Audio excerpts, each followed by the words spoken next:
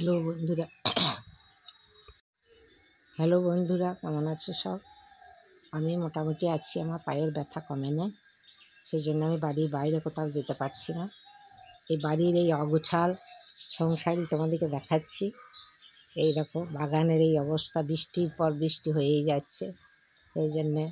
আর বাগানে তো এখন পায়ে যেহেতু খোঁড়া হয়েছি, বাগানের তো আমি কিছু করতে পারবো না, লোক দিয়ে করাবো। আর কদিন যাক, তারপরে কেননা পুজো চলে আসছে। এইসব গাছের ডালপাল্লা সব পরিষ্কার করতে হবে, ছাঁটতে হবে। তারপরে এই টবগুলোতে নতুন করে মাটি ভরে আবার ফুল গাছ লাগাতে হবে, যেগুলো সিজন ফুল। এইসবের জন্যেই আমি এই অগোছাল বাগানটাকেই তোমাদেরকে দেখাচ্ছি। এটাই তোমরা দেখবে। আর কিছুই করতে পারছি না আমি, বাগান কাঁদছে, আমিও কাঁদছি। আর এই যে পেঁপে গাছটা দেখিয়েছিলাম, ফুল তখন এসেছিল, এই দেখো পেঁপে ধরেছে, অনেকগুলোই পেঁপে ধরেছে, কিন্তু ঠিকমতো মাটি টাটি নেই বলে বড় হচ্ছে না। আর এই আতা গাছে তো আতা দেখলাম ডাসিয়ে গিয়েছে, দেখি লোক ডেকে পাড়াতে পারি নাকি।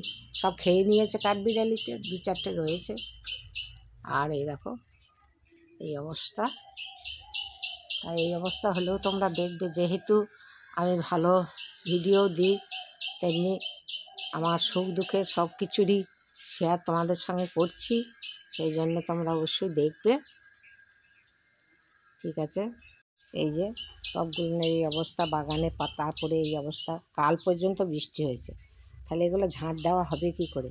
এবার ধরো যে আছে সে দিতে চায় না, আমিই দিতাম, কিন্তু আমার এই পায়ের অবস্থার জন্য আমার এখন কোনো ভারী তোলা যাবে না, তারপরে গুড়ি মারা যাবে না, কোনো বসা যাবে না। তাহলে কী করে কী করব সেটাই আমি এখন ভেবে পাচ্ছি না।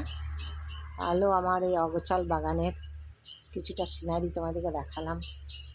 আমার তো খুব ভালো লাগে, আমি বাগান নিয়েই থাকি, কিন্তু ফলের গাছে সব জঙ্গল করে দিয়েছে। এবার সিজন ফুল ওই উঠানটাই লাগাইতে হবে।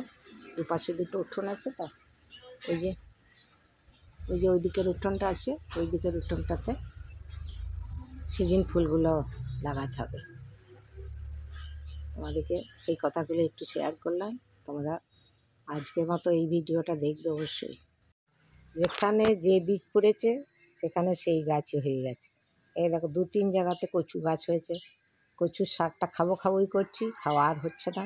এইখানে একটা কচু গাছ, ওইদিকে একটা কচু গাছ, আর এইগুলো হচ্ছে আম আদার গাছ। আম আদা প্রচুর আমার বাগানে আছে, আমরা সেরকম খাই না বলে তোলা হয় না। আর এই যে এইদিকে বাগানটা, এই যে কাঞ্চন ফুল ফুটে রয়েছে। আমি এখনও পুজো করিনি, পুজো করার সময় তুলব। আর এই যে তুলসীগুলো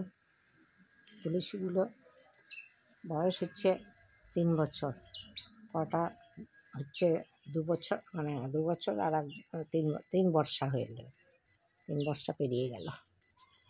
এই হচ্ছে আমার অগোছাল বাগান।